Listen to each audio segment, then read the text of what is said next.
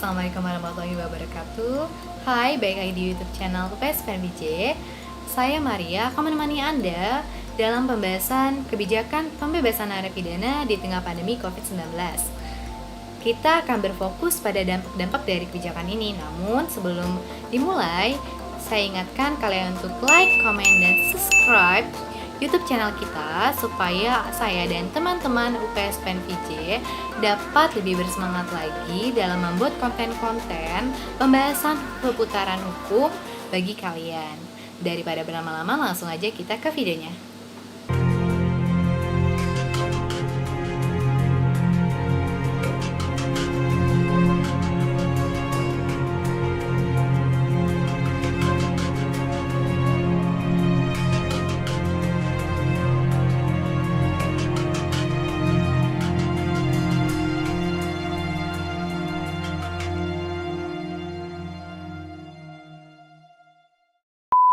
Sudah menjadi rahasia umum terkait kondisi sel tahanan yang penuh sesak dan tidak layak.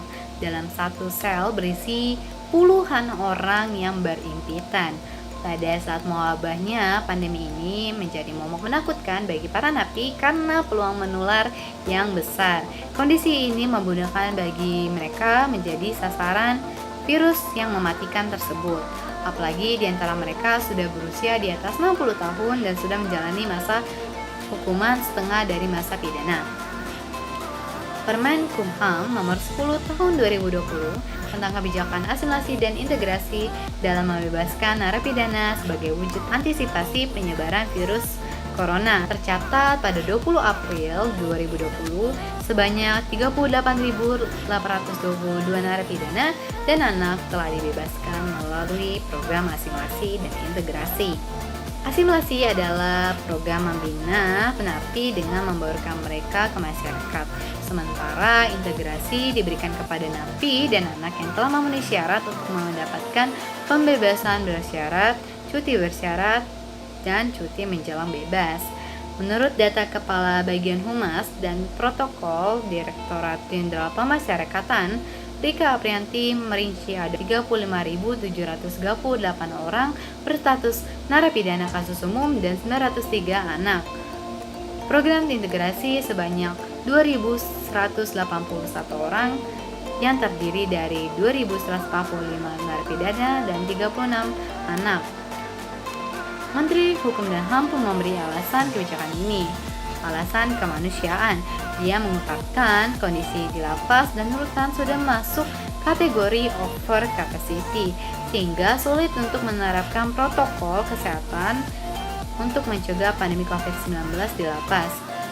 Selain itu, tidak ada yang menjamin COVID-19 tidak ada di lapas karena menurutnya petugas lapas dan rutan pun kerap melakukan aktivitas di luar yang tidak tahu akan membawa virus atau tidak. Ia juga mengatakan bahwa kebijakan asimilasi dan integrasi pada warga binaan lapas serta rutan dilakukan atas rekomendasi PBB untuk seluruh dunia. Tercatat, Amerika membebaskan 3.500 napi di California, New York City membebaskan 900 napi, di Harris County sebanyak 1.000 napi, Los Angeles 600 napi, serta Federal 200 napi. Italia sendiri membebaskan 3.000 napi. New South Wales membebaskan 4.000 napi. Selain itu ada Bahrain yang membebaskan 1.500 napi, Israel 500 napi, Yunani 5.000 napi, Polandia 10.000 napi, Brazil 34.000 napi, Afghanistan 10.000 napi, Tunisia 1.420 napi, Kanada 1.000 napi, dan Prancis membebaskan kurang lebih dari 5.000 napi. Yang terbanyak diantaranya yaitu adalah Iran yang membebaskan sebanyak 85.000 napi dan 10.000 tahanan politik. Program asimilasi dan integrasi tersebut tidak berlaku bagi kejahatan tindak luar biasa seperti teroris dan juga korupsi, sebagaimana Peraturan Pemerintah Nomor 99 Tahun 2012 tentang syarat dan tata cara pelaksanaan hak warga binaan pemasyarakatan yang mengatur pengetatan remisi. Setelah sejumlah narapidana dibebaskan, di antaranya menjadi residivis. Tidak sampai 1 pekan, beberapa di antaranya ditangkap karena tindak pidana. Ketika dilakukan interogasi, pelaku menjawab di mana tidak ada pekerjaan bagi mereka di tengah pandemi ini, sehingga mereka melakukan tindak pidana karena kebutuhan hidup. Hal tersebut membuat Netter Indonesia melemparkan batu sandungan kepada Yosona karena kebijakannya dinilai ngawur dan membuat warga semakin resah, sehingga diantaranya meningkatkan keamanan di daerah lingkungan perumahannya. Bahkan beberapa orang berpendapat kebijakan ini justru bisa saja berdampak buruk karena residivis dimasukkan kembali ke dalam lapas. Bisa saja dia positif dari luar dan menyebarkan virus di dalam lapas. Namun beberapanya menanggapi bila ada residivis kembali, maka harus dilakukan kontrol kesehatan yang ketat, mengingat lapas sudah tidak seramai yang dulu. Kemudian Yasona selaku Menteri Hukum dan HAM menentang kebijakannya dinilai ngawur dan produk gagal. Menurutnya, bila residivis tertangkap, berarti terdapat koordinasi yang baik antara kepolisian dan lapas. Menurut saya pribadi, saya tidak menentang kebijakan ini.